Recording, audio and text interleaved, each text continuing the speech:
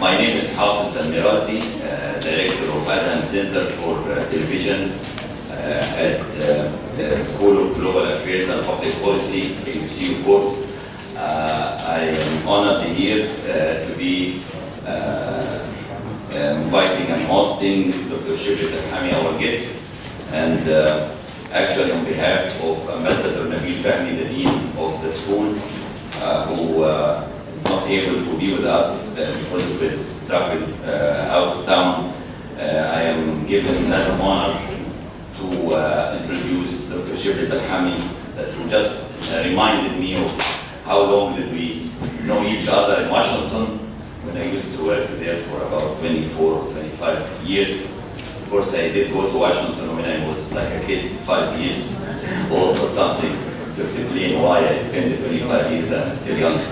It was, I think, 1996 or 1997 when I met Dr. Shibley and he's still in the same position that he was in at that time, academic-wise, but of course there are so many things and achievement that Shibley has done, and all of us know what he's doing. I always tell Egyptians that the only person, even Egyptians, who is not related to the family of Sadat, but his name is so linked to the name of Sadat and Anwar Sadat, is Shibley because Shibley is the Anwar Sadat Professor for Peace and Development at the University of Maryland, College Park. And he's a non-resident senior fellow at the Sadat Center at the Brookings Institution. Before coming to University of Maryland, he taught at several universities, including Cornell, Ohio State University, Southern California, Princeton University, Columbia, and so on. Professor Telhami has also been active in the foreign policy arena. He has served as advisor to the U.S. mission to the UN 1990-1991, advisor to the delegation of the trilateral U.S.-Israeli-Palestinian Anti-Incitement Committee, which was mandated by the White River Agreements. And of course, he was also an active member of the U.S. Advisory Group on Public Diplomacy, among other commissions and task forces. Iraq is one of them. His best-selling book, The Stakes, America and the Middle East, 2004, was selected by Foreign Affairs as one of the top 5 books on the Middle East in 2003. His other publications include Power and Leadership in International Bargaining, and also A Decade of Reflections on Peace. Of course, Dr. Telhami writes to many major newspapers and also appear on radio and televisions, not just in the US, but of course in the Arab world like Al Jazeera and Arabiya and others. The lecture today and his speech is about, or is entitled, Historic Developments in Egypt, a View from Abroad, with special emphasis on the US role. And of course, if someone read the words historic developments in Egypt, you would think that he's coming to tell us about the pharaohs and building of pyramids and stuff like that. But actually, he's talking about the present, these days, because it is historic, and although we have used the word historic to many things, including any speech that our president used to give that you consider historic, but we would like to reclaim the word historic and keep it to things that really deserve it. And of course, Egypt is witnessing something historic, as Tom Friedman, one of the people who really didn't think highly of a lot of what Arabs did or was doing. I think he himself, including his appearance with me of one of my shows on Arabiya 10 days ago, that he's really reconsidering all what he thought about the Arab world and the stereotypes about the Arab world or the Egyptians because of what happened that took place in Egypt, to the point that he's talking about BE and the AE, before Egypt and after Egypt, that we have now to mark history. Without too much, I would like to really invite Dr. Telhami to speak, especially that he told me that, and I did read as one of the first writings he did, starting with the revolution in Egypt. He talked about Osama's nightmare, and also he's worried about Osama's nightmare that is a sweet dream now for Obama might become an Obama's nightmare in the future if Washington really doesn't do something major, not just little steps, in order to be at the same challenge or the same magnitude of the challenge that happened in Egypt. So let's listen to Dr. Telhami, and I'd like to welcome him, please.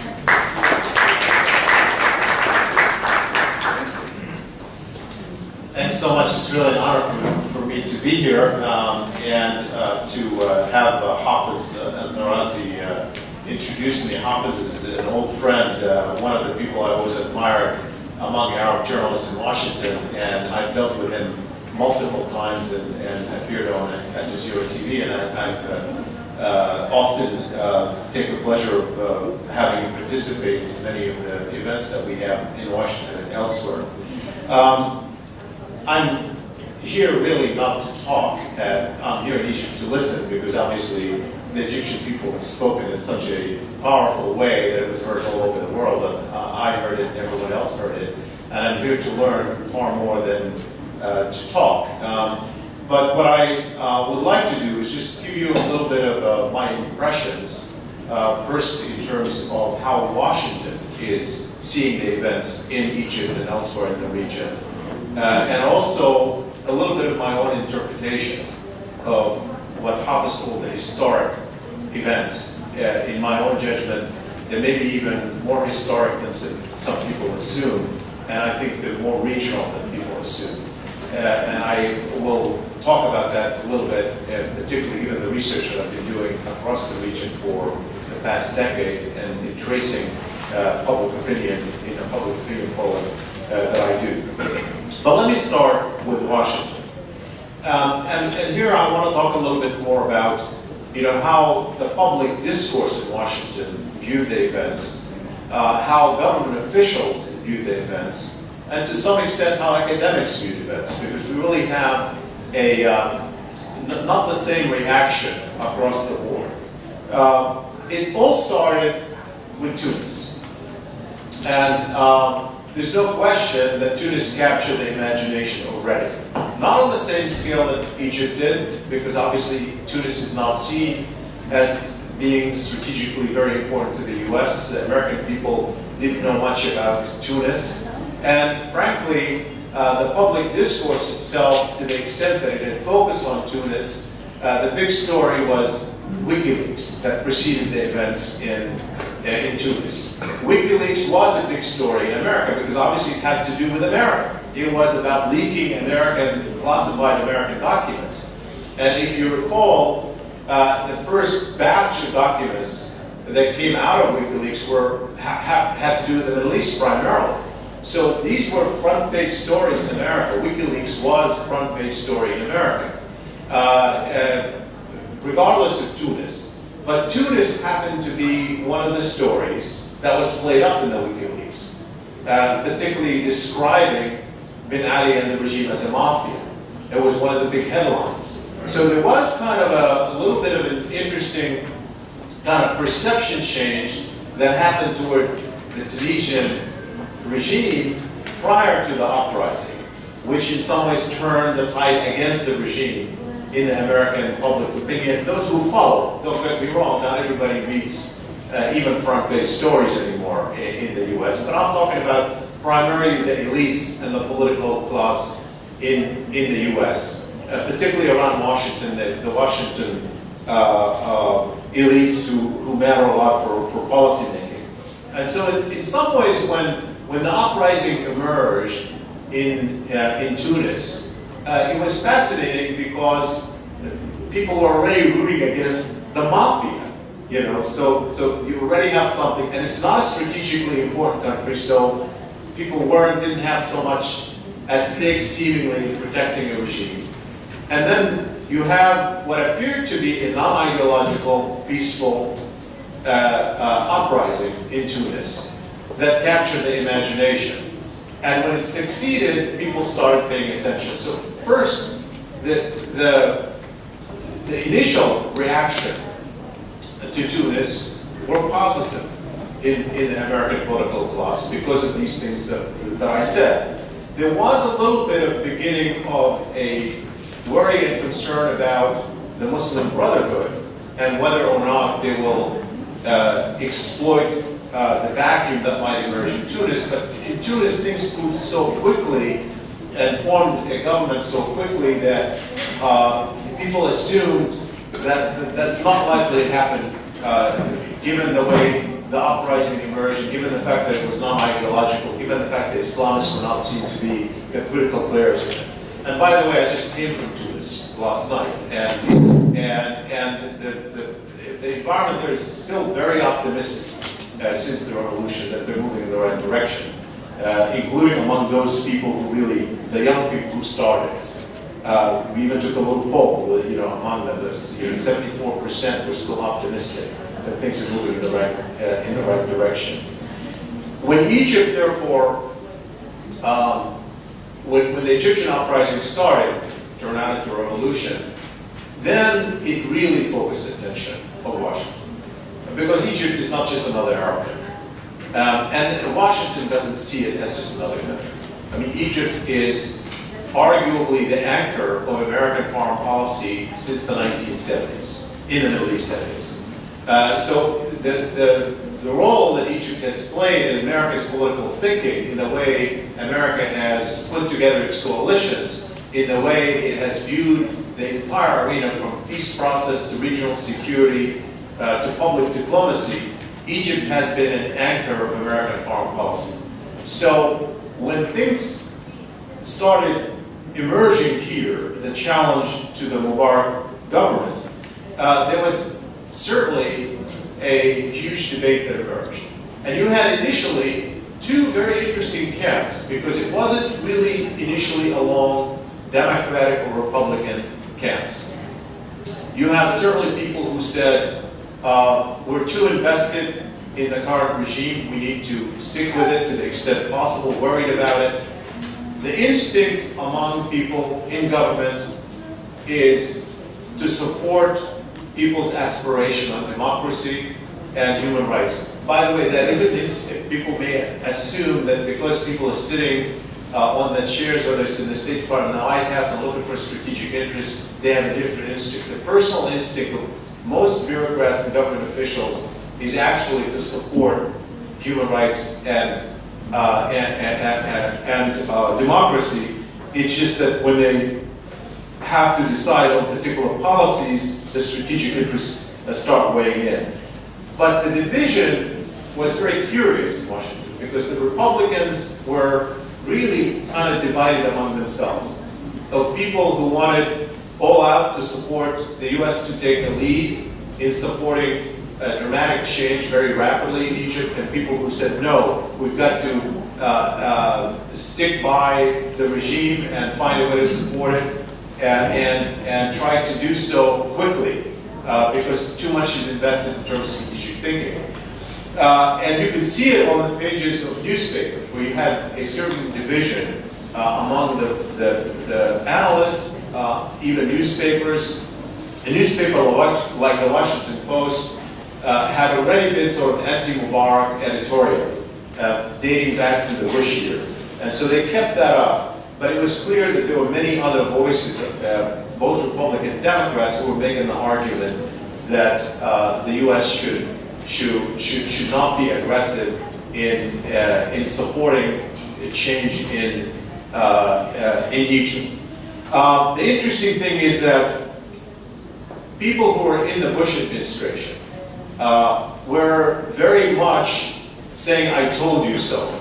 And so they used it against the Obama administration, saying, you see, our democratic change policy during the Bush years was the right policy, and Obama took it off the agenda and therefore didn't anticipate this, and things went the other way. There were people like me who argued exactly the opposite. I argued that there was indigenous mood for change in the region, that the Iraq War and the Bush policy actually slowed it down by implicating people in an agenda they didn't support. that had it not been for the Iraq War and Bush sort of providing a kiss of death to some of the activists, things may have happened earlier. So there was a different kind of argument taking place on this issue. But the Republicans were divided on this, and to this day they're still divided on whether this is good change or bad change from the strategic point of view. So there's no question that the initial mood in Washington was to be favorable to the demonstrators by virtue of what they stood for and American values, to see what happened in Tunis and to interpret it in good ways. If you look at the Obama administration announcements the first few days, were pretty much along these lines. Essentially supportive of the demonstrators, but with a worry that a too aggressive American role might actually be a bad thing. I was one of the people who actually wrote an article right away as soon as this broke out, entitled "Do not make Egyptian uprisings about Washington." I said, support the will of the people, support in principle the democratic change, support human rights, call for no violence, but don't make this about Washington. The reason why it succeeded in Tunis, the reason why it might succeed in Egypt, is because in the first place it's not about Washington. And if you start pointing fingers, it might actually work the other way. I even went to the extent of writing an article later arguing that isolating regimes in international politics actually extends their life rather than accelerates their demise. That there's exactly the opposite for a number of reasons, not just one reason. But here's the kicker. And this is the thing that when we talk, okay, so what are the strategic interests versus values that are the debate that is ongoing? Right after the January 25th, members of Congress were obviously very interested in knowing what's going on and thinking about what it means for the U.S. I was invited to go into a private meeting with members of Congress in a morning session, and they were all asking questions. And the one question that was really central in their mind was the Muslim Brotherhood. And you have to know that is the $1 million question in Congress about Egypt. And so when you say strategic interest, what do they mean by strategic interest? Clearly the fear of the rise of Muslim Brotherhood has been infused into the thinking in Washington for all these years. And so the stunning thing for most people in Washington and around the US was that the uprising here and in Tunis was non-ideological. And two, that it was peaceful. Those two were really stunning. I mean stunning. And maybe people, we could look at this and analyze it historically. I think the fact that these uprisings were peaceful is entirely accidental and miraculous. And it's going to, and shouldn't be taken for granted. And we need to analyze it a little bit more. But the fact that they were peaceful, and the fact that they were non-ideological, and the fact there were no slogans more than freedom and human rights and change, had an impact on American public opinion. And it had an impact on Washington. And so I can tell you there was one Gallup poll that was done after January 25th. The overwhelming majority of Americans, when you ask them, do they support the regime or do they support the demonstrators, supported the demonstrators. And that's quite astonishing, actually, when you think about it in terms of where public opinion is. That they were basically, the perception that was coming that these were, particularly coming to tell them what happened in Tunis, peaceful and non-ideological, had an impact on the American public opinion. But that didn't change the worry in Congress. So when I went to give my analysis of what's going on, most members, the first question they would ask is, well, isn't the Muslim Brotherhood, even if this was a peaceful demonstration, aren't they going to hijack it? Aren't they the best to take over? What would happen if they control it? And then, of course, the second question, which is related, is that what would happen to the Israeli-Egyptian peace treaty? And so Congress really, if you want to look at sort of what is Congress looking through, Congress is looking through the prism of those two issues. And so that's the kind of question that had to be answered. And Hafiz mentioned my position on this being bin Laden's dream. In fact, it came out of my conversation with Congress, and they worry about the Muslim Brotherhood. I wrote a piece in the Politico, which is distributed on the Hill in Congress, and I titled it Bin Laden's Nightmare in Egypt. And the idea, it so happened that it ran the day that Mubarak stepped aside. I don't know what to say, removed or stepped aside, but I'll leave that for now. Okay. Step down. And the argument that I made was in some ways saying that what we're seeing in what happened in Egypt and in Tunisia, the fact that it was peaceful, massive, non-ideological, of people standing for freedom and human rights, is so overwhelmingly positive that it's exactly the anti-Bin Laden, that it is exactly the kind of nightmare that Bin Laden has, exactly the type that his groups weren't able to do through violence and ideology. And therefore it should be embraced. And the opposite side of that was that if in fact we don't allow it to succeed, if in fact it fails, if in fact people don't achieve what they want, it's going to turn into Egypt's and the world's and America's nightmare. And I want to develop that a little bit in a minute, because I want to come back to the question of so how I read what's happening in the region.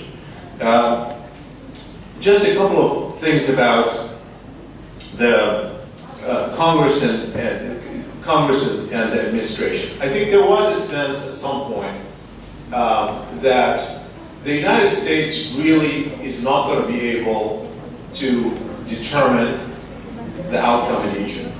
There are obviously a lot of people who are also saying we should determine the outcome in Egypt. But there's also a sense of the limits of American power, and therefore the idea that the US should try to engineer an outcome was not one that is likely to work. And so I think the instinct of the Obama administration was to support the will of the people.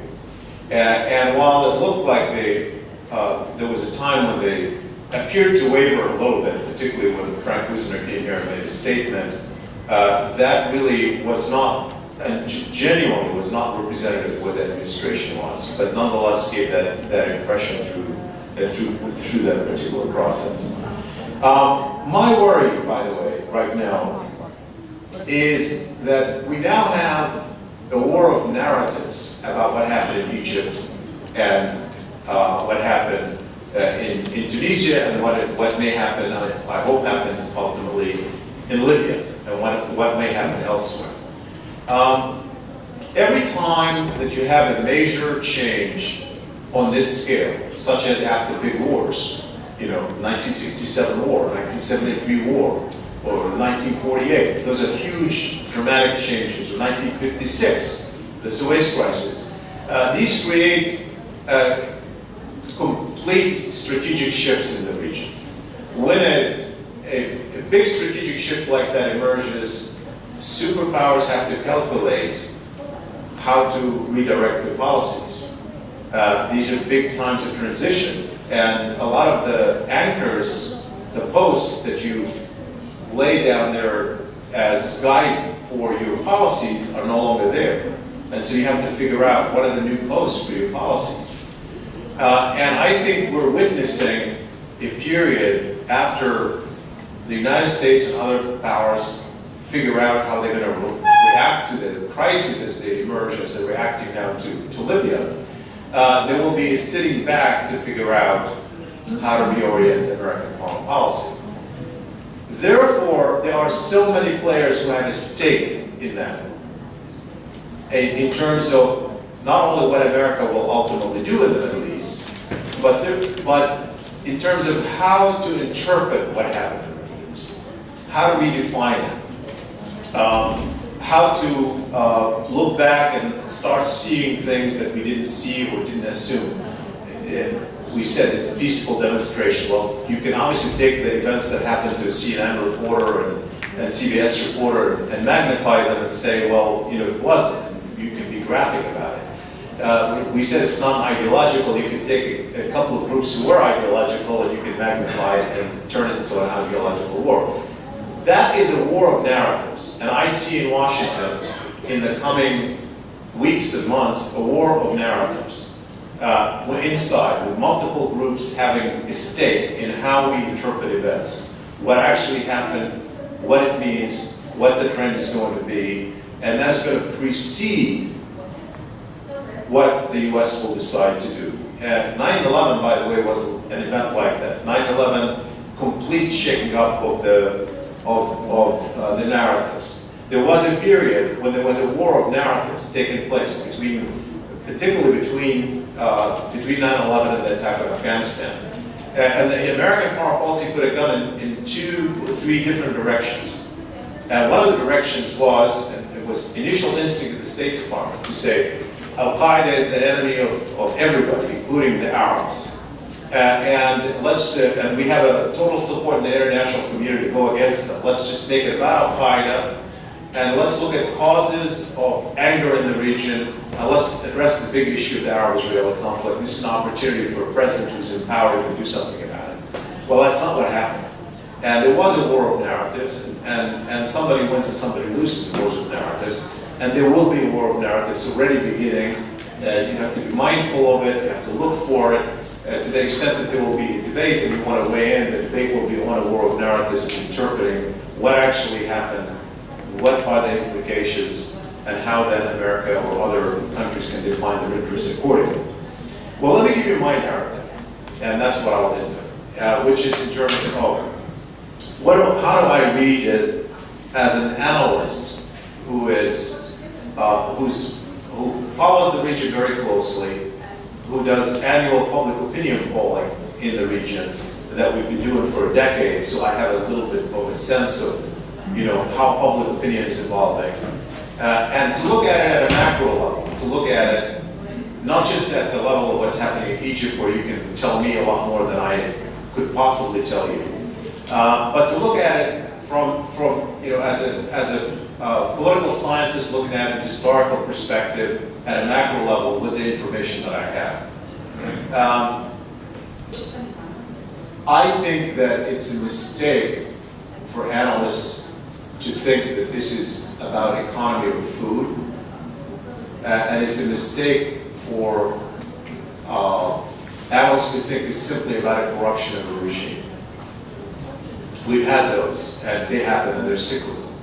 And every regime has a life cycle, and the economy matters. It matters a lot. And food matters. I would be the first one to admit that and to look at a historical perspective. But there is nothing in the events of the previous year or two that has been so dramatically different from previous years along these lines that can tell you why we have this cycle of empowerment. I think we're upon something far bigger. I believe that we're witnessing a public awakening in the Arab world that is the most important public awakening since the end of World War I. And I don't say that lightly. I mean, it's very sometimes easy to get carried away when you're looking at events, and you're close to them, and they seem bigger in the historical perspective. They don't seem as big as they may be. I say it for the following reason. I say it because in my own studying of the change in public opinion over the past decade, there has never been a question every single year when I conduct the service. I've never asked that question when will people have reason to revolt? That has never been a question, because every single year before, our question was, why haven't people revolted already? And that has been the puzzle for the past 20 years in the Arab world. It has never been about, do they have reason to revolt? We have captured it in every single poll. We've seen the widening gap between governments and publics, and not just on opinion. I mean, when I'm polling in Sunni majority Jordan, and the king is calling Hamas and Hezbollah the enemy, and you ask the Jordanians, name the man you admire most in the world, and they say Hassan Nasrallah, or you say you prefer Fatah and Hamas, and they say Hamas, you have something here that is far bigger than you're assuming. But there's also been a widening gap in identity. And I think the identity gap has been quite astonishing even in Egypt. I mean, if you ask people in Egypt 10 years ago, are you first Egyptian or first Muslim, first Arab, assuming you all these things, it's really a false choice in some ways, because everybody feels that they're Christian or Muslim or Arab or Egyptian all at once. But which one is more important? A decade ago, by far number one was Egyptian. In 2009, 2010, only about a third say Egyptian.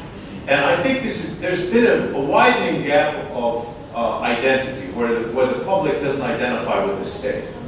And in some ways, the question is when you see your leaders speak, when you hear your government speak, when you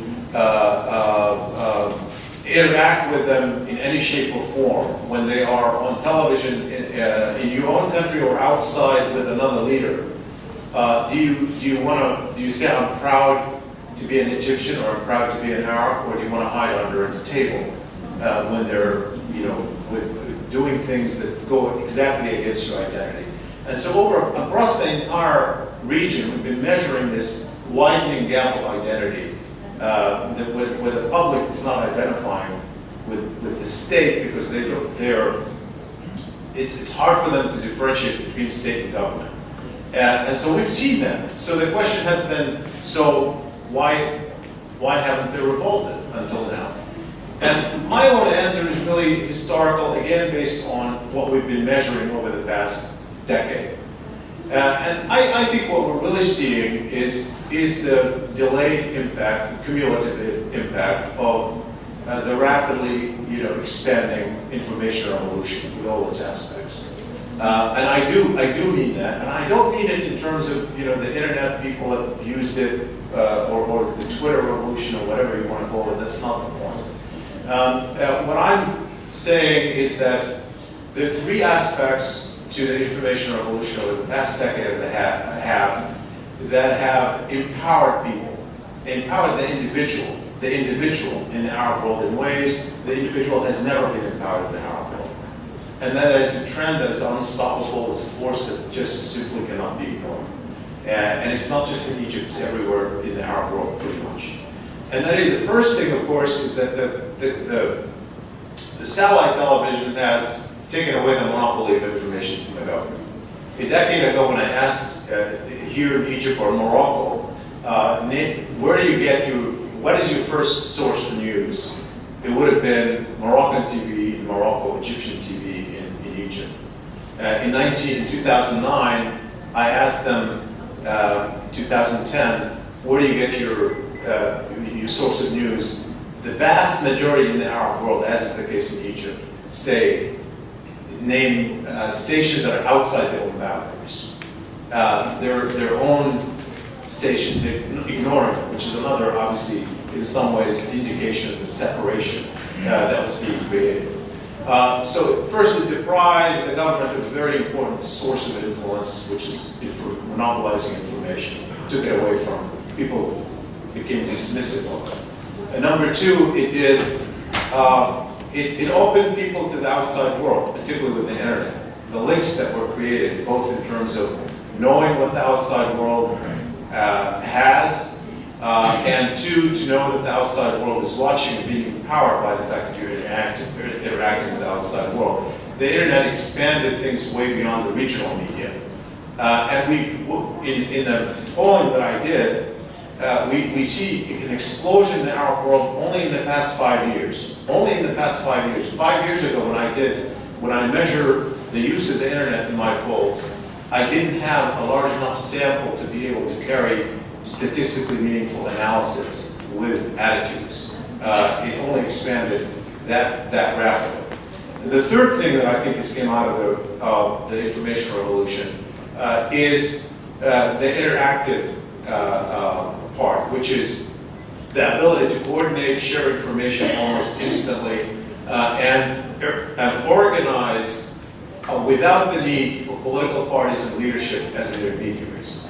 And that creates a whole new ballgame, because if you say, why have intelligence services and governments fail in places like Tunis and Cairo, there's no question that there was a model of assumption about, what does it take to get so many people out into the street.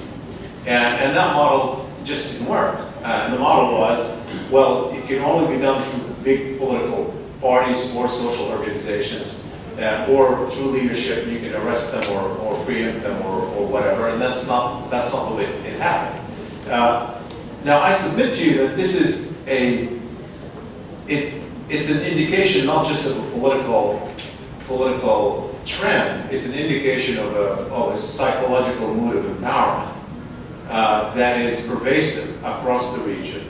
And that's only growing, and it's likely to grow in the region, because that information revolution is only going to expand. Because no one can put it back in a bottle, because it's now tied to economic prosperity. No one can govern without it expanding. And for that reason, my own assumption is the public empowerment that we now see is here to stay. Whether it's in Egypt or anywhere else in the Arab world, it's here to stay. It's only going to increase over time. And whatever happens, one cannot predict revolutions. We don't know where it's going to go from here in other Arab countries, or whether or not Arab countries may not learn to deal with it. And they have in the past, and they could figure out a way to live with it. But that's not the point. They may. Arab governments may actually survive and figure out a way to deal with it. But the equation changes dramatically. Because now, for whatever decision you have to make, whether it's domestic and international, you have to take public sentiment into account in that format. And easy for our rulers, when you get pressure from a superpower and you get pressure from the public in autocratic days, is that it's much easier to resist your public pressure than to resist superpower pressure. And that does bear on American foreign policy. At some point we have to, for the U.S., it's going to impact the way the U.S. sees, the processes in the region and calculates its own interests. So I think that part is now part of the equation, no matter what happens in the future. And that's why I happen to say what I said earlier, which is that these events are so far exactly bin Laden's nightmare. But the other side is why do I think that if this experiment is not allowed to succeed, that is the public responsiveness to the public to a large extent, demand for participation, why it would turn into a nightmare for the international community as well as the local countries. And that is because I think the empowerment will stay there. Nobody's going to take it away from you. The taste of freedom, the taste of, the individual power is there, it's not going to go back. So what is going to change is that it's going to be channeled into other methods. I happen to believe, as I said earlier, that the fact that this revolution and the Tunisian revolutions were peaceful are accidental facts. I think it's an accident of history. We need to think about it a little bit more, not to be taken for granted. Revolutions often are violent revolutions, and these were not. And that is not there's nothing here that suggests that variable is a constant variable in the historic change that we're seeing. And that is why I worry that if these experiments are allowed to succeed, we can launch a completely different experiment of people who will demand that their voice is heard, but they will use other means. I'm optimistic that it will not go that way. And I'm optimistic that there is already some thinking, people understanding the change outside.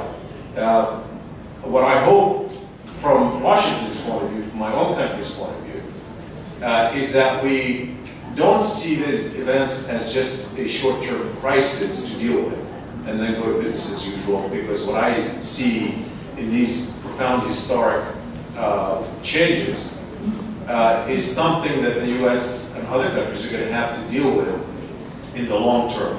And we can no longer define our policies in a way that is at its core against the aspirations of the public in the region, because you're going to run into one crisis after another in the coming years, and we're going to have to rethink.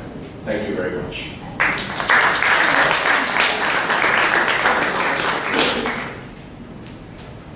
Thank you, Shibley, and thanks also for the somber reminder before we continue celebration here for the peaceful revolution, to be reminded of the historical fact that something might come if we cannot meet the expectation of people as everybody wanted. And you are right also that there is a problem, at least linguistic, whether to consider it that President Mubarak stepped down or asked it to be stepped to a force. And we always come with coining words in Arabic for things like that. During Mubarak's regime, we used to have a problem whenever someone commits suicide, or they announced to us that he committed suicide after he became a political liability for the regime. We always say, "Tahrir." They made him commit suicide. So this maybe they made him step down, might be something that we find in Arabic. I would like to invite you, both rows, we're going to take one here, one there, and alternate for the next half an hour before we conclude for questions and also any brief comments. And I would really appreciate if each one of you, and I recognize many of the distinguished guests here, to introduce him or herself. Please go ahead. Nihal Fahmi, a member of the Egyptian Council for Foreign Affairs and a previous adjunct faculty at the AUC as well, teaching political science and international organizations. I have one comment for you and a question. And my comment begins with your attempt to give an analysis or an explanation why this revolution has taken place, and not in Egypt also, but everywhere else, and how models have failed to anticipate that this could happen. And in your analysis, you have used very big words, and I see it's much simpler than that. You have used big words like psychological mood of empowerment in the region and so on and so forth. But I think you have really overlooked a very important factor. This did not begin with an aim to overthrow the president or the regime. It gradually built up. And one of the factors that actually made this happen is the reaction of the regime itself. Without this arrogant, delayed response of the regime, it wouldn't have yielded such results in all countries. So I think you are overlooking this very important factor. It did not start with a purpose, with this very clear aim. This is just my comment. And my question is that you have been attempting to see the different narratives of the situation and the different groups that contributed to this revolution, including the groups that we, all Egyptians, were worried about to be there in Tahrir, the Muslim Brothers and whoever else, other categories. And you stated very clearly that such narratives will precede how the American foreign policy will shape up, all right? So in your analysis as well of your own narrative, I am very much surprised that you did not mention Israel. You did not mention that the American foreign policy will eventually be affected, impacted by how Israel sees this kind of revolution.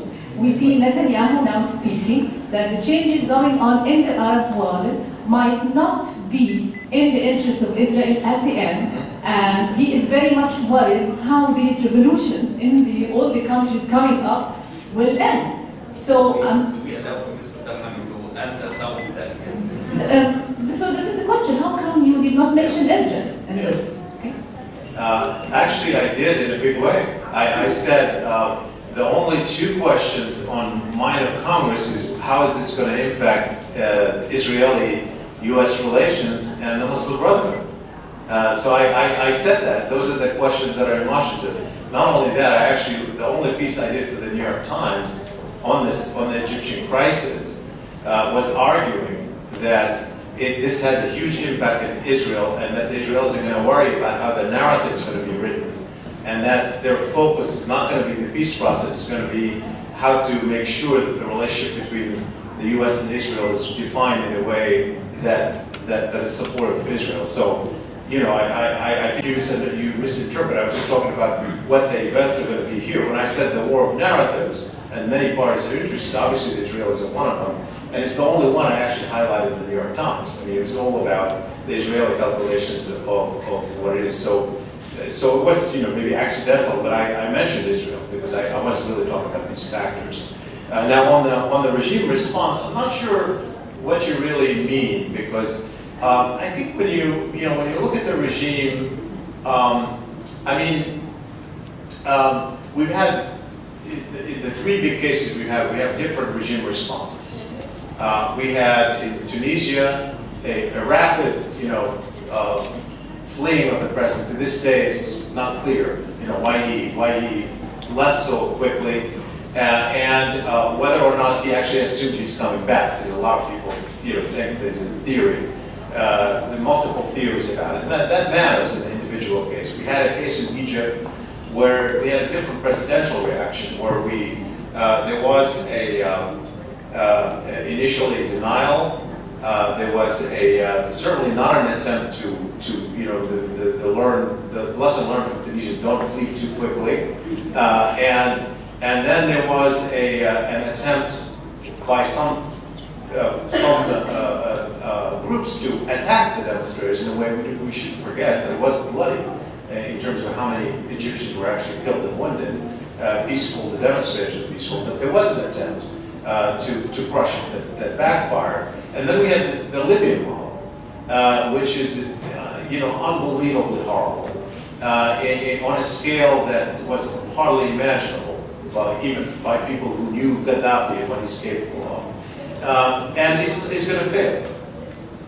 There's the attempt by a regime, I think, is going to fail. So what I'm suggesting to you is that, regime response matters, no question. And it is conceivable that the Mubarak regime could have said from day one, there were always two steps too late at least. Maybe the second speech he could have given as the first speech, and may have stopped but it would have created change. So when we say about public empowerment, meaning the public wants to be heard, it's not in every case wanting to change the government.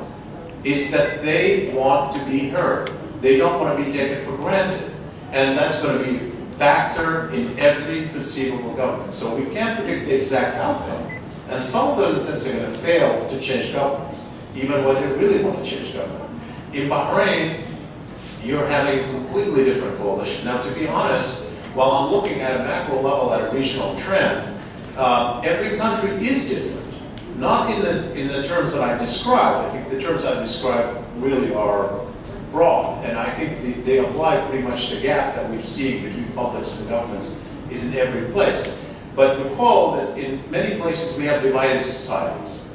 And when you have divided societies where the fear of the other side in that division is so paramount, that there are completely different calculations. We see that up to a point in Bahrain, we see more in Yemen, and those are going to play themselves very differently.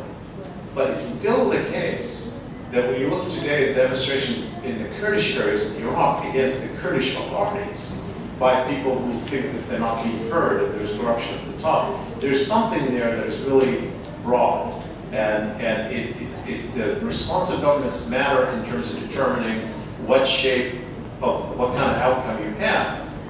but it wouldn't matter in terms of, the public wanting to be heard and the government's having to accommodate the public in some shape or form.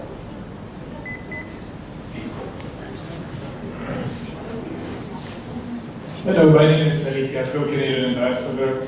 You talked about the psychological empowerment is here to stay. Could you draw the correlation between the here to stay and the irreversibility of change, and at the same time the risk that that here to stay could eventually produce, backlash that would alter the possibility of change, particularly in the Egyptian context? Let me just say what I mean by is here to stay. Some of you in the audience know me for a long time, and people in international relations consider me to be a realist, somebody who understands power and focuses on power and understands the distribution of power. When I say public empowerment, it will never be the case in any society, no matter how democratic, that the public opinion or public empowerment is the only factor in the outcome of any society. There's going to be institutions that are very important. In Egypt, we know that military institutions will remain very important no matter what. It will remain important in Tunisia, no matter what. It will be a factor in the way this is decided. We know that economic distribution in every society matters. We know power is not equally distributed in society, no matter how much you try. And so what I'm saying isn't really that you're now going to have total responsiveness to public will. That's not what's going to happen. It means that public empowerment, public will, public opinion, public sentiment is going to be now a constant factor in the mix. And this is important to understand, because that tells you in some ways that you can't really predict across the board how this is going to manifest itself in one society or another. You can figure that whatever the shape of distribution of power in every society, there's a new variable here that increasingly is going to matter for the way people configure themselves. So I wouldn't dare predict.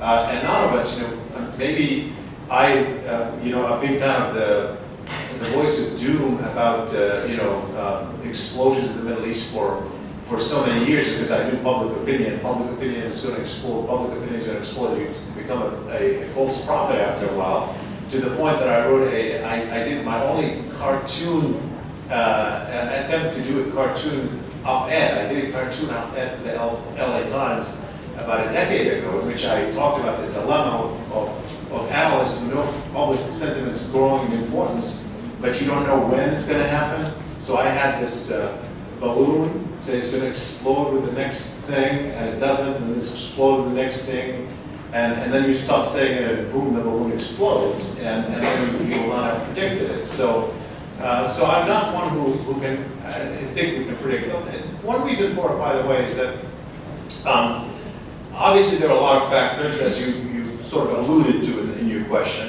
that you obviously each case has to be looked at separately. But the other thing is that when we look at revolutions are in some ways profound change. And we as social scientists, what is social science? Social science is looking at the patterns of the past, documenting them, and projecting them into the future. That's what social science is. What is empirically grounded argument? It is something that studies the historical facts, distills the patterns, and projects it into as a probabilistic outcome in the future. That's exactly social science. And so it's anti-profound change. Social scientists are just simply by definition are incapable of predicting profound change in history. I mean, we just can't. We could just talk about some elements that are going there, and I think that's part of the problem. Professor Telhami, this is Sayyid Shibley, former Egyptian ambassador, and currently the executive director of the Egyptian Council for Foreign Affairs. Professor, as we know, the Egyptian-American relations during the Mubarak era, regardless some tensions from time to time on the issues of democracy and human rights. However, Egypt was almost a full partner to U.S. on strategic and security issues. Now, as Egypt is moving towards a genuine democracy, hopeful, and a democratically elected government, how you respect the Egyptian-American relations in this context when political forces, which might be not friendly to American policies, will be included in the government and regime? Yeah, it's a good question, and I'm going to tell you my instinct on it, because obviously in the end it's going to be a fluid situation. It depends in the specific output. But here's my my thinking. If you're looking at it through Washington's eyes, then in some ways the old order is gone in relation with Egypt. So what you're trying to do is you try to save some of the core issues and have a somewhat friendly relationship with Egypt. That is going to, what does that mean? Okay, so what does that mean? Looked at through congressional eyes, it means protecting the peace treaty with Israel and having some strategic coordination with the U.S., particularly military to military and intelligence to intelligence. Hopefully some political coordination, even if it's reduced from what it was. So if you look at it from that point of view, and you're projecting what some might see as quote an optimistic view of what's likely to happen in Egypt, they see Egypt as becoming more like Turkey, and with a strong military. Maybe not even Turkey today, but Turkey maybe 10 years ago. And so you see where you have a strong military that is going to remain a major factor in national security policy, and a political process that is going to be open and that no one can control from the outside. And therefore that space is going to have some side to it that's going to anger some members of Congress. One of the debates I had on CNN when this was going on, one person said, well, now the economic aid to Egypt is going to be cut off. And I said, I don't see why you draw that conclusion, because there was already pressure on the economic aid to Egypt and the rest of the world from Congress. We have a Republican Congress that's anti-foreign aid, period.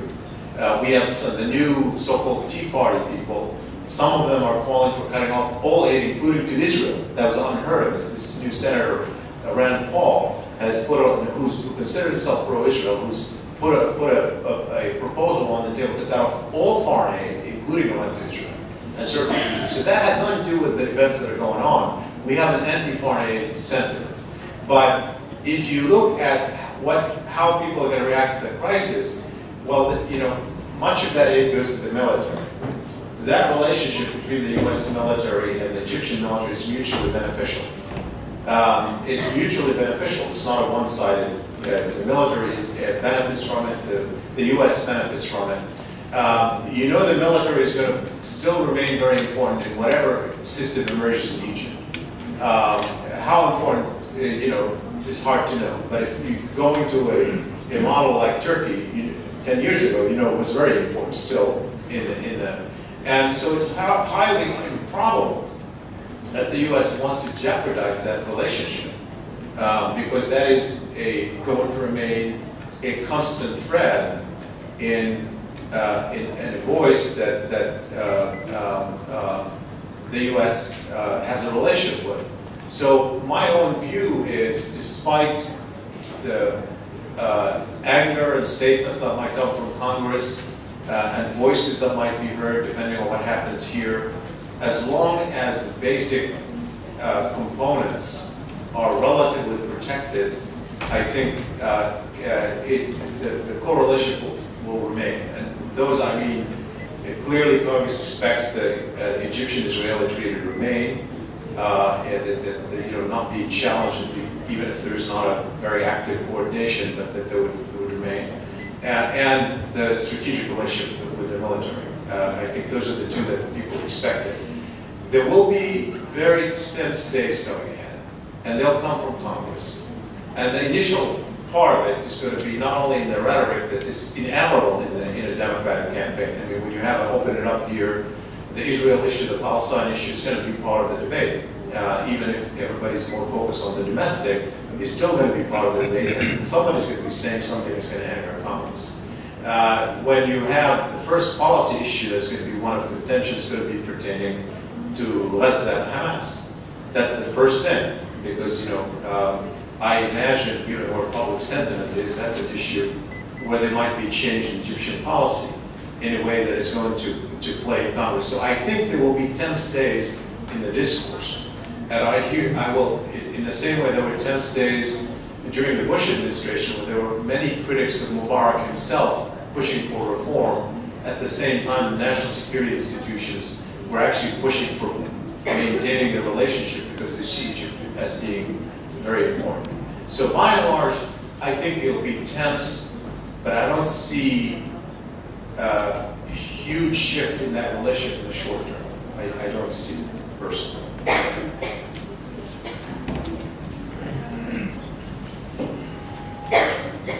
My name is Nanda Baraka. I'm a historian and a diplomat.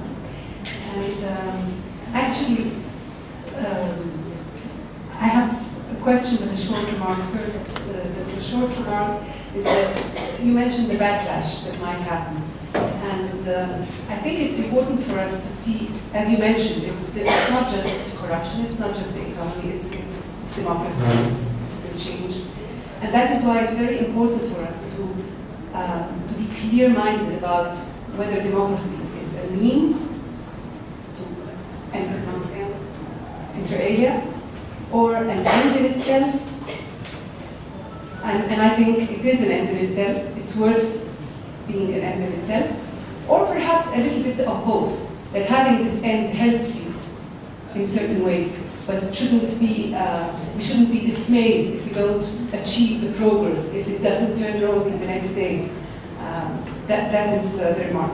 The other thing I wanted to ask you about, since it's about the Middle East in general, it's interesting, I mean, hasn't it, must have caught your attention, the sequentiality, that it's as if each Arab country is waiting for the other to finish its revolution and take all the world's interest, and then it starts its own. So first it's Tunis, and then it ends, and then Egypt starts, and then it ends, and then Libya starts, which shows that there is an Arab link, there is an Arab world, despite all changes. All differences. One of the very important differences, I think, is the role of the army. One of the reasons why you said the accidentality of Tunis and Egypt being peaceful is that the army asked Mubarak or asked Ben Ali to step down. Eventually, this is what happened. I heard from a military man that, and this is again a remark on the peacefulness of the demonstrations. Peaceful demonstrations can be very, very able tools, very sharp tools. This military man told me that the decisive moment came when 80,000 Egyptians were encircling Qasr al-Aruma, the presidential palace, when another 40,000 at the same moment were encircling the television building. So practically, it's how much you're ready to be bloody. In order to open a way through those peaceful demonstrators, you had to be very bloody if you wanted to break through. And this is when a regime decides that it doesn't want to pay this human price, and in Libya they are willing to pay, but it's not working. And that brings me to the question I want to ask you. What happens, if I'm entitled to think in an Arab context when so much is happening in Egypt? I think Algeria is a very interesting example because it is an example of a country that has gas, that has oil, that has agriculture, and it is so impoverished and it has so much unemployment because a military junta is seeking all the benefits out of the country. Now, how can you break through this? And moreover, I mean, they are not known, they are ghosts. You don't know their names, so you can't target them. The hope was in Tunis and in Egypt that the army took a positive position. How can change happen in a country like Algeria? Thank you. We might need to take maybe 3 more questions to continue with that phase. Okay, just in terms of Egypt, I'm going to be very modest about Egypt. While I follow it very closely and I come here a lot and I love the country and I'm proud, as I said in Washington, I said, today we're all Egyptian in many ways. I know that you, sitting here, you know more than I do about what actually happened here. And so that's why I chose to give my talk at a broad level of looking at the regional mood and the shifts that are happening in historical perspective. But to my mind, given what I know at the macro level, I didn't choose to break down the Egyptian case where you have more to inform me, and I'm here really more to learn. That's why I'm visiting than to lecture. So I hear what you say about the detail. The army, every country is going to be different, no doubt. And clearly the army could have gone the other way. But I am not sure it would have worked. I mean, this is the question, and we'll see, we're testing. Even Libya is not Egypt, regardless, and so they're, using the army against the population starts turning people, the army itself doesn't hold together when that starts happening. The minute you got 1 million people out on the streets, it was really impossible to ignore. It's that simple. The biggest obstacle to breaking the barrier of fear is to get that mass, because there's safety and security in the mass. That's really the initial. Once you have that, I don't know that anyone has an answer to it. Whether you go with tough, it might delay you a little bit longer, it might make it more bloody, but you lose the battle regardless. So that's one, and I think the Libyan case will be decided that way. Now, I think international public opinion matters in cases like that.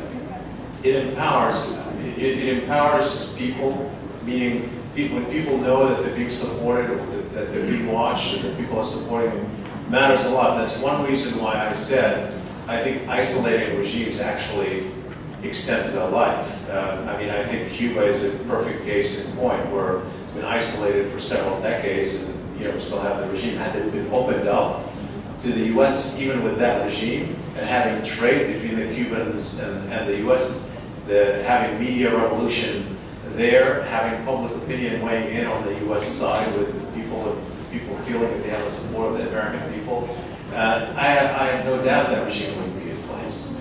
And I think you could make the argument a little bit about Libya, where whether or not they're sensitive to public opinion or not in their reaction, the Egyptian military was sensitive to public opinion. It's tied to the international community.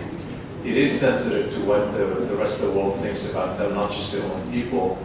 I'm not sure that's true about the Libyan case, because I don't know that you can even call it a military, because the institutions are so different. They're maybe quote part of the mafia around the regime. Algeria is far more complicated because clearly the military is part and parcel of the regime, as it was here. The military is not like it's an independent military that has respect in some arenas, but it was part and parcel and anchor in some way of the government since 1952. In Algeria, it's even more so.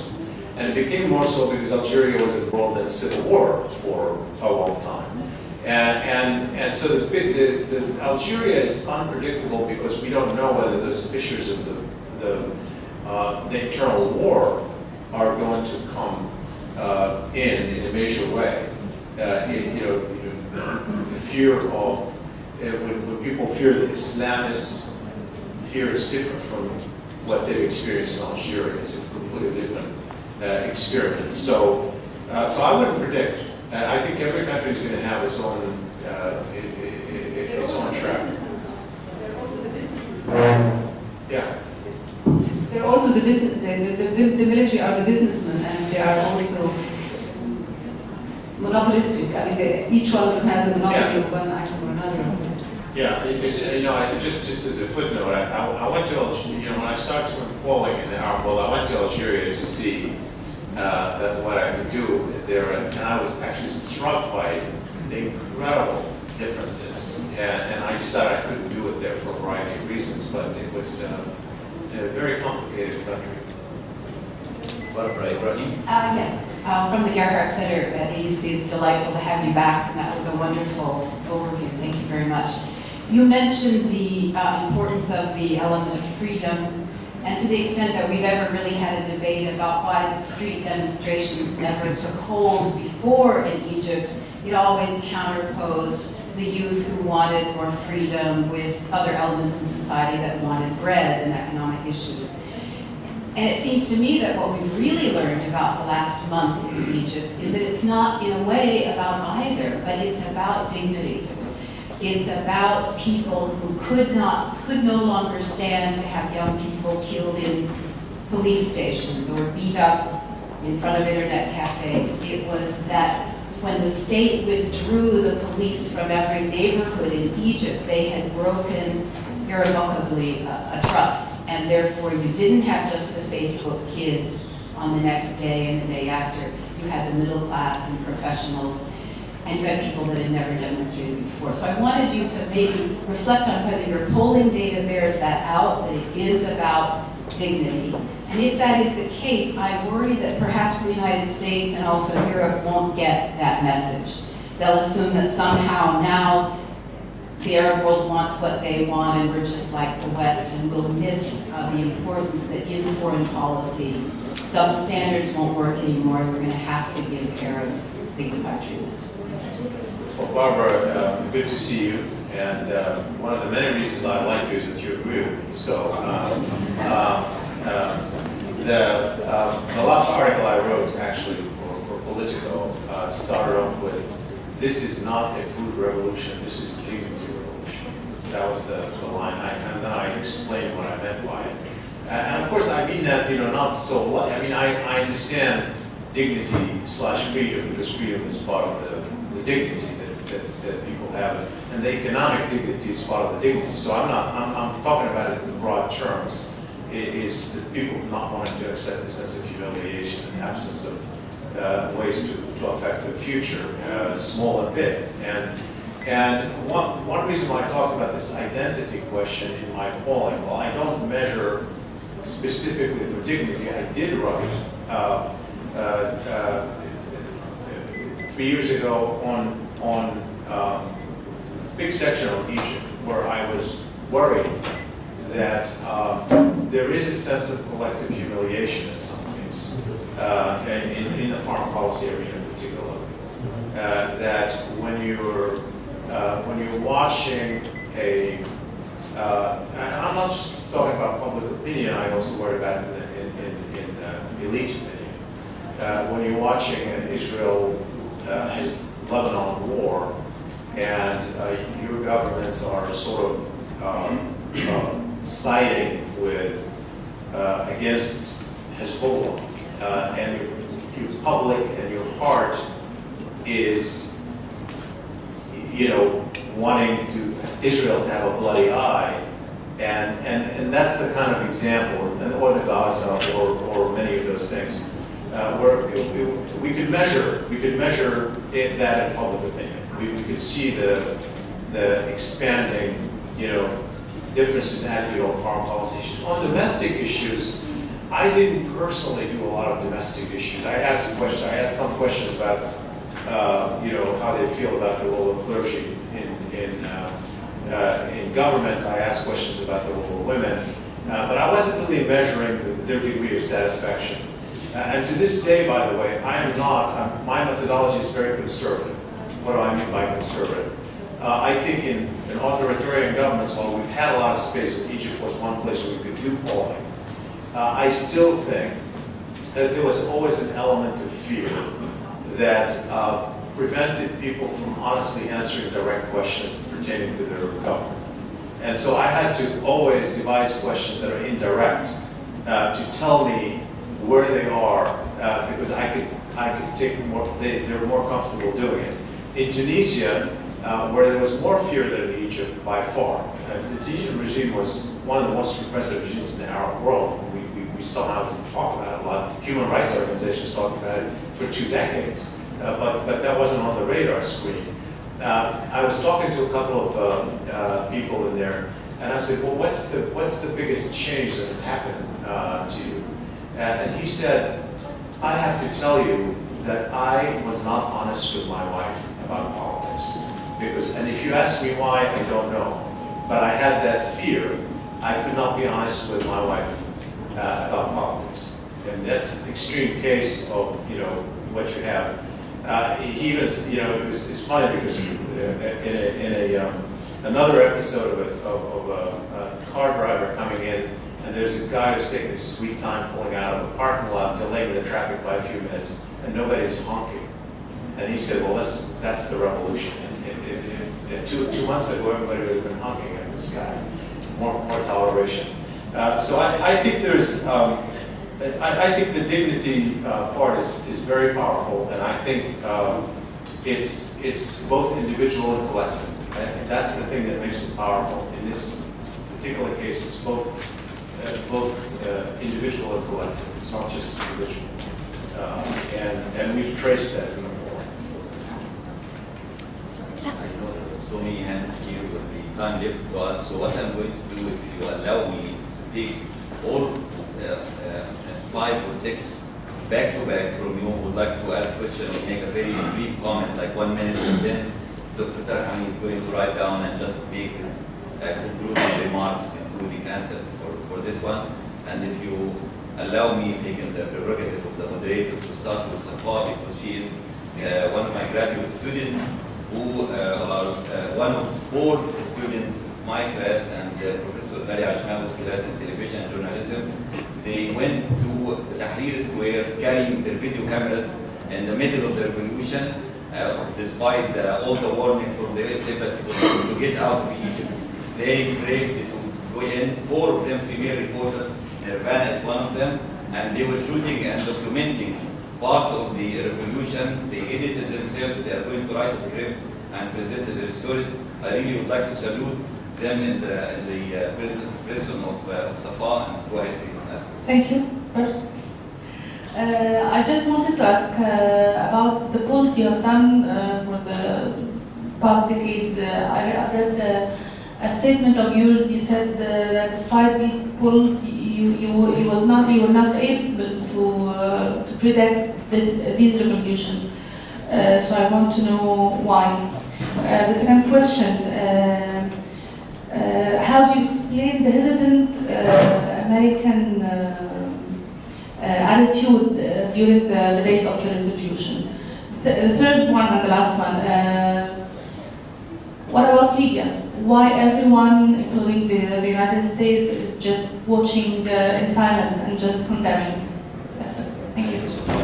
She took care of the 3 other students who didn't come here today to be with us. Please go ahead. I'll make it short. Thank you, Dr. Telhami. My question is about Libya, because I don't see a good output.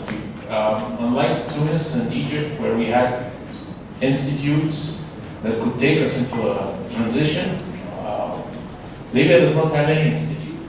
And it has one of the most bizarre regimes, and it's a typical state that would end up as a failed state with 1 million barrels a day. So my question is, do you think if Libya collapses, that's another Somalia with oil, the whole tide will turn in the Middle East? We're not going to see any more revolutions.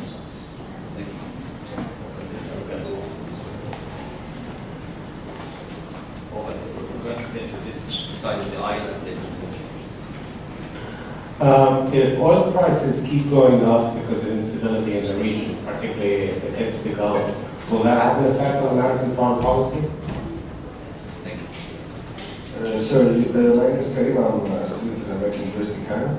And I would like to know, you talked about America and how Washington is looking at the situation. And I would like to know your opinion about how other powers, as China and Iran, are looking to the situation, and if they're going to be willing to have like more power, more relations with the new regimes in the Middle East.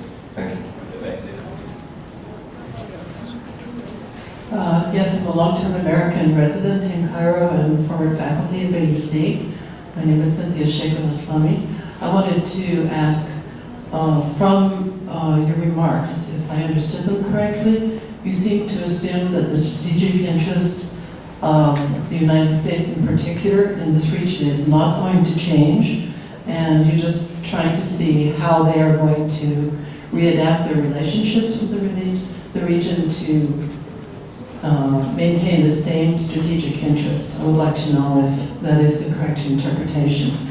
The second thing is that my impression is that from the American side, the opinion that is being represented is the government opinion, and that the opinion of the American people, as expressed in demonstrations of support for the protesters in Egypt, was not transmitted to the American media. I was watching them a lot from here, and I only know that they happened by emails from my friends, not because I saw them reported in the media. So I would like to know, on the American side, what kind of public opinion is influencing the course of events. Thank you. Thank you. We'll move this side.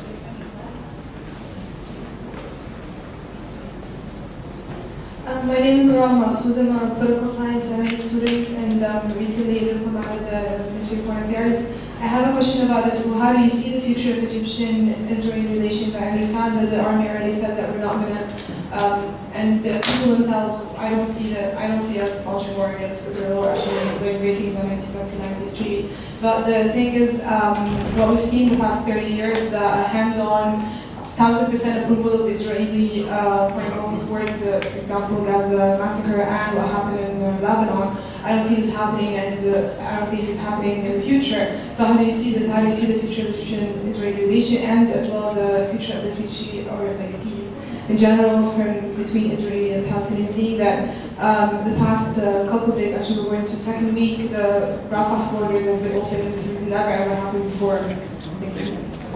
Aisha, last comment or question. One of the four is finished, one is great. Thank you. My question is about Frank Wisner, the full issue of Frank Wisner. I just want to understand, sending him, putting him back, and then disagreeing with his conclusion.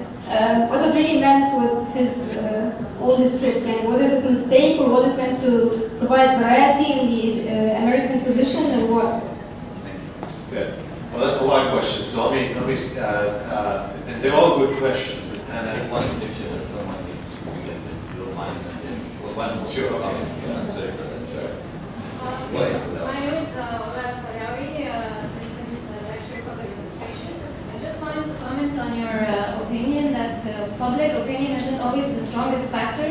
I think in the Egyptian example, we've seen the people actually disarm the regime. We've seen, and we are seeing concessions being given every day. So maybe in this specific context, public opinion will actually be a very strong factor that might take the upper hand, because the military actually has no more cards to play. The regime, the past regime, has done everything that it can do. So maybe it will take the upper hand in the end. No, good, great. Let me just start quickly with public opinion and predicting. Public opinion, if there was anybody who was close to predicting, it's probably the work we've been doing, because it was identifying a widening gap that could not be sustained. You've been saying it can't be sustained, can't be sustained. Now, what that means, of course, we don't know. Meaning, is it going to manifest? How it's going to manifest itself, we don't know. Revolutions are very rare in history. I mean, in the Middle East, we've only had one real revolution that's popular, where the public changed the government. That was Iran in 1979. The 1952 was popular overthrow, but it was the military who generated the change in Egypt. So we don't have a lot of different examples of this, and so it's very hard to predict. And one reason for it is what I suggested earlier, which is we had a theory about what it takes. The theory was, okay, you can have a lot of angry people. Now we know they're angry and they would like to see the government change. That's not enough to create a revolution.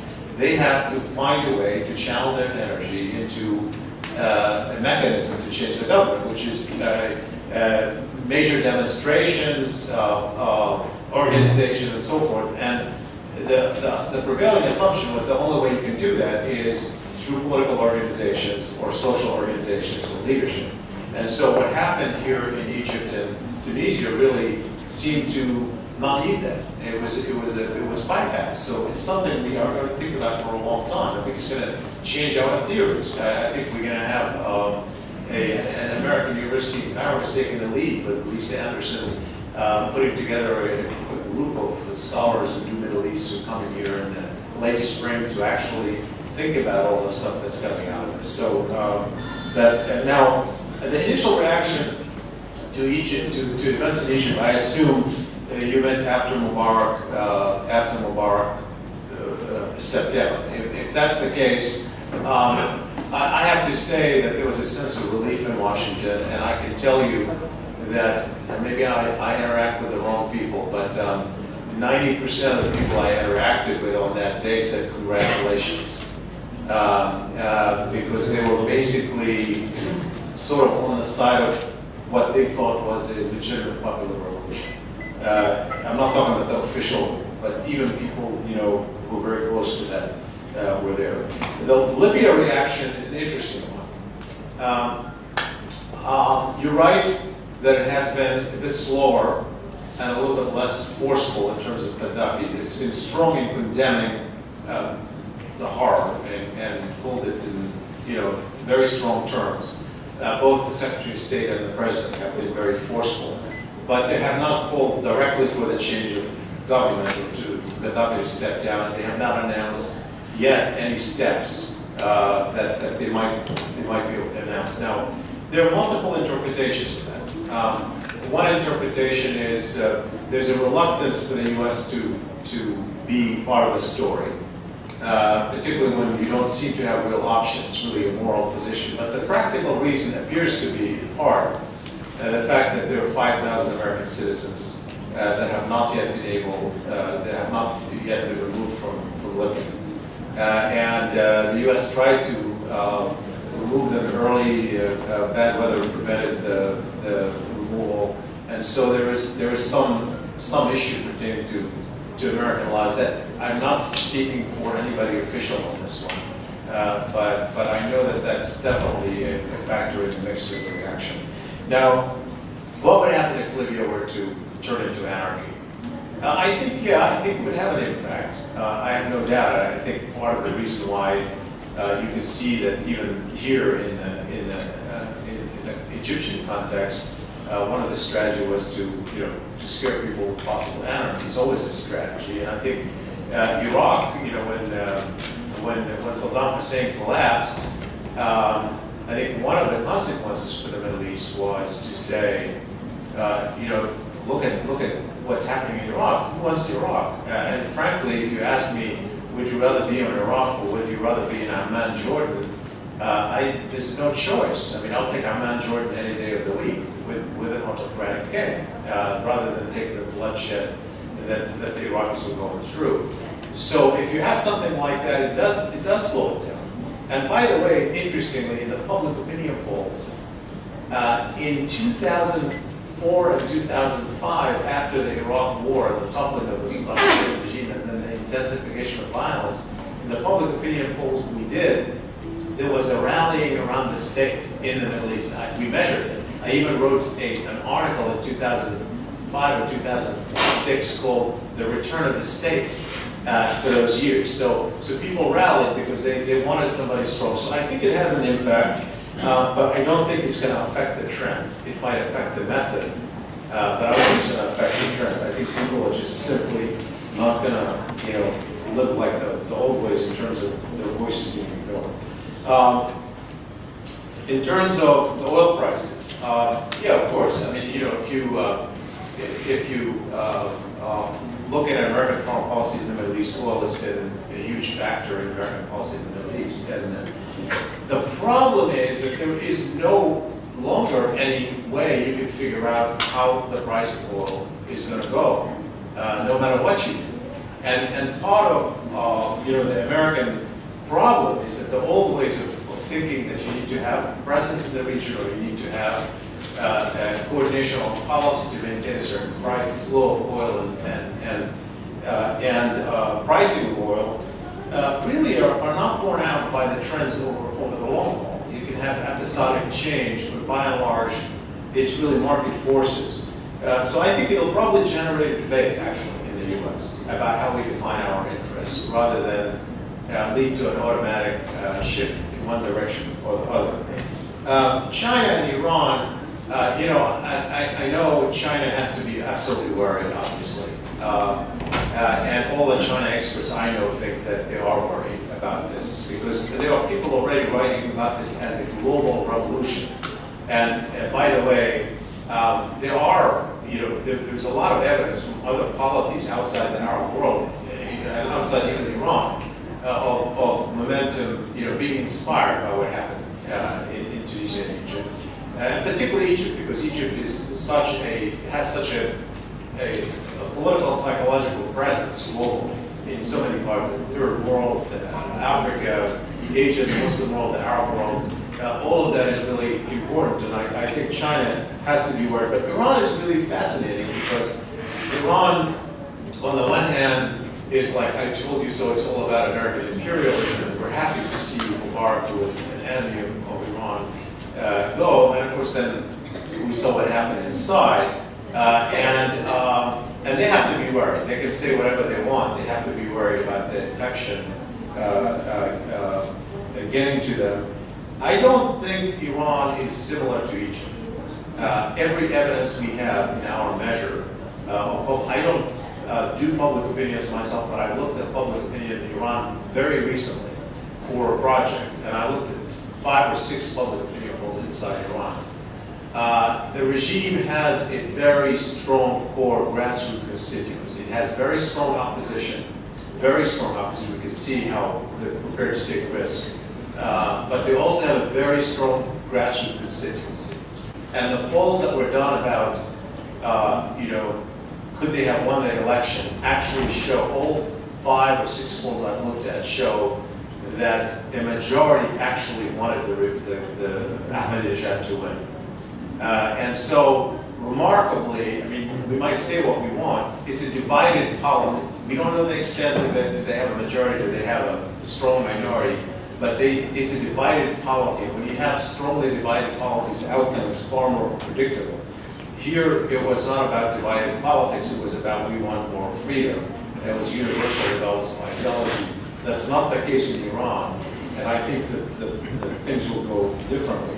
Now, there's a question about what I said about strategic American interests from the lady in the back, whether in fact I said that we should stick to the way we define them, but adjust. That's exactly the opposite of what I said. No, not should, but would. No, that's exactly, well, I don't know about would or should. I think for now, the initial reaction is let's adapt. The initial reaction is let's adapt, because to change notions of national interest is so big.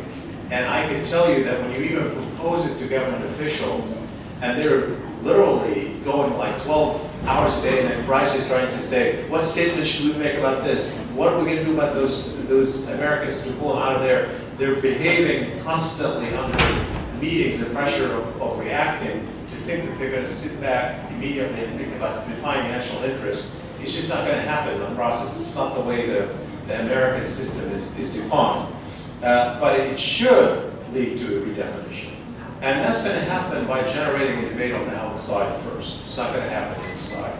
People will start thinking about it inside, but that's what I'm saying about the war of narratives. We're going to have a war of narratives. That war of narratives is going to be interpreting what happened and then deciding how you're going to define the interests of the United States afterwards.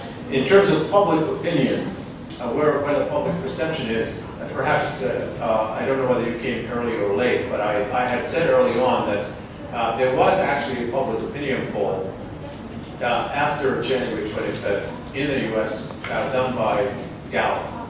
And it shows a majority of Americans supported the public in Egypt over the government.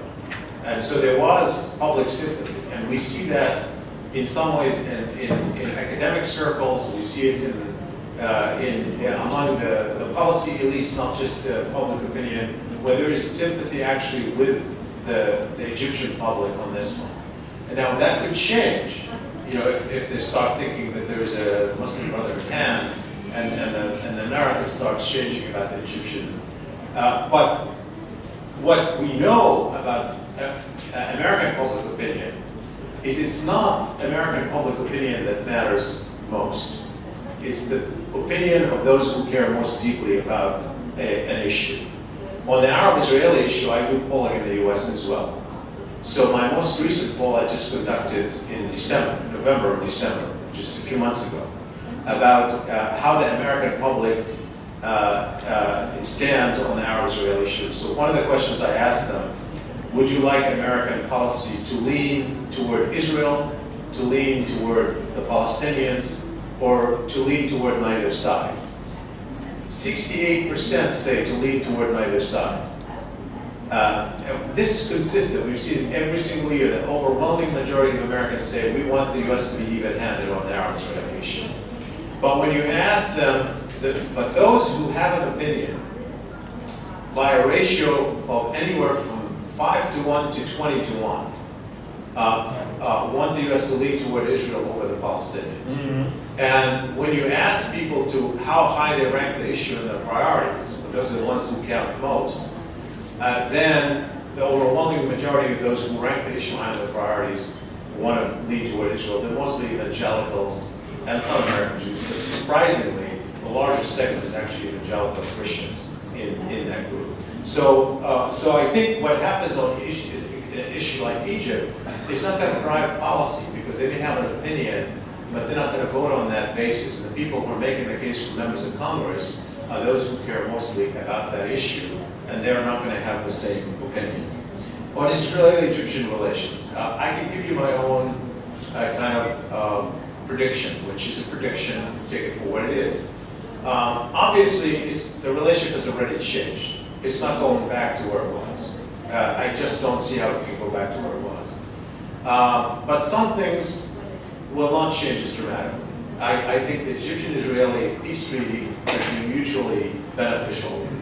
I think the Egyptian military institution remains invested in maintaining that treaty. What will change is that over the past several years, the Mubarak government has become Israel's most important regional ally in coordination. In essence, Egypt has come to replace Turkey as the most significant strategic cooperator in regional and global politics, whether it was in the relationship with Iran, the relationship with Hamas. And so it was an active cooperation at a strategic level across the region. That has ended, in my opinion, and is not likely to be revived in any foreseeable future. So I think there will be those two things coexisting with each other: the maintenance of a peace, but less active cooperation. Much of that's going to depend on what happens on the Israeli-Palestinian front. What happens on that front is going to obviously have an impact on Israeli public opinion and Egyptian public opinion in a way that no one can ignore. And I still think that the Egyptian public will look at that relationship through the prism of the Palestinian issue. In my own opinion, while the Egyptian-Israeli peace treaty was a bilateral treaty legally, that Egypt always saw it as part of a comprehensive deal that included the autonomy of the Palestinians, and that it hadn't been fulfilled in the mind of the public here, and that has never changed. The last question, well, just a quick question on Wisner, which is, I mean, it was hard to know whether it was right to send anybody, even unofficially or not. My worry has been, and just as I said, my initial reaction was, I don't think the U.S. should even appear, or certainly should not try to engineer an outcome in Egypt, or appear to be engineering an outcome in Egypt. It wasn't an American issue. And the appearance of that alone was going to be problematic. And it became more problematic once Frank Wisner, who's a friend of mine and somebody many of you know, and I know him and admire him, the fabulous people, once he made that statement, it was very hard to differentiate where the government was and where he was. So in historical perspective, it's going to be seen as a little, bump on the road of the Obama administration policy. Professor Telhami, and actually let me express my admiration to the travel agent who designed his itinerary, because he spent only 3 days in Egypt, very important ones, and coming from Tunis via Paris. So I would like really out of that to suggest new tours like tourism, revolution tourism to Egypt, maybe starting from America, because he stopped over Paris, and you have to remember the revolution and the historical revolution terms of the French, including instigating revolutionaries in American history. And also he made sure that he's going to stay until Friday. So tomorrow he's going to enjoy a walk of a Friday in Tahrir Square. And I would suggest the same itinerary to be done and designed for revolutionary tours in Egypt. And I think you are going to bring your family also to Egypt instead of Europe, right? This summer. Thank you, Shibley, and thanks all of you. Thank you.